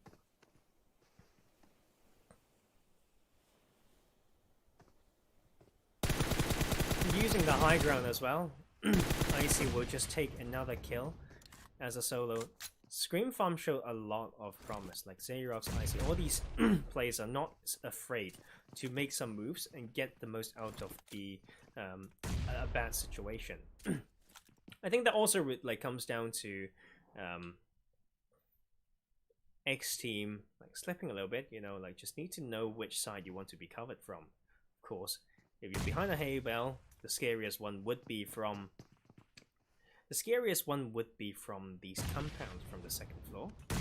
And oh, that is such a good nade. Almost killed Minas. And the panic move out of cover with no prior smoke could be his death. But no one responds to that. Twix decide to stay quiet still. And wait, that's what I mean. Like, take cover. I thought they have a really rough start. And just down to one player. And it just survives. That's what you need from a solo, really. And SNAKEsquad, you know, reviving on top of the position where they got knocked is just extremely scary. But Seven Sins can maybe win this, and they will first spot some action, will let the first one go. The second one shouldn't... they just missed that opportunity. 6 times is too much for that, my man. And that is SNAKEsquad going into next compound, and then the Seven Sins player, Dooley, has a missed opportunity. You had one job, man. Like, that's how I see it. And Icy still survives. It comes down to his patience right now. Need to constantly assess multiple sides as he's doing that with third person peek. Dizzy. Like, sorry for all my puns, but I actually get a little bit dizzy thinking about his position. The bush in front is just bothering my eye. And then we have the Nyx circle. So that means Icy needs to get out, Dizzy needs to crawl in, Twix needs to crawl in, and Seven Sins can get a spot, but may force them out of their compound, so it's not going to be that easy, as SNAKEsquad need to move as well. So it'll be very interesting to see how SNAKEsquad's duo manage this alongside the solo, which is Icy, but he will first just, you know, that is what you need. Assess the surrounding continuously and strike when you can, and he will find 3. All the 3 snakes on the outside are killed by Icy, and this is the strength of this player. And he's also pre-nading the next bit of cover and just saving up for his utilities for this end game play. And he can track multiple players, and he will knock another one. What a brilliant play by Icy. He is just so good. He just knocks one after the next, and he will just finish some kills, and he will outlive. My mind is blown. The control by this player, and knowing that bits that he could control and play off is just crazy. This right here, he wouldn't try a 1v4. I don't think if he gets a knock, he would get the thirst, but that is already a brilliant play by this player. Icy will come back and watch this, right? Good old friend. And we'll definitely see what he can do. And that is just a brilliant play by Scrim Farm. But Seven Sins, using the numbers advantage, will take the win in this game 4. And that's it. And that is our Club Open Scrims done for this week 5. I know it's not officially that we go by, you know, the numbers of weeks. So day 10 can officially done. So that is a beautiful one there. And see, look, what did I say? Icy will be in here to watch. How are you, my man? Well played. You know, just showing how these players, like, how to play this game, really. And hope, you know, stay strong, and I hope you well alongside all of your teammates, etc. Maybe at some point we can work together, whatnot. And let's go and watch some highlights. You know what? This is the end of today. And we will see you guys next week. Maybe from me, I think Maxman and myself have one day each, right? So have a brilliant one, brilliant week, brilliant night. Take care of yourself. I'll see you guys soon.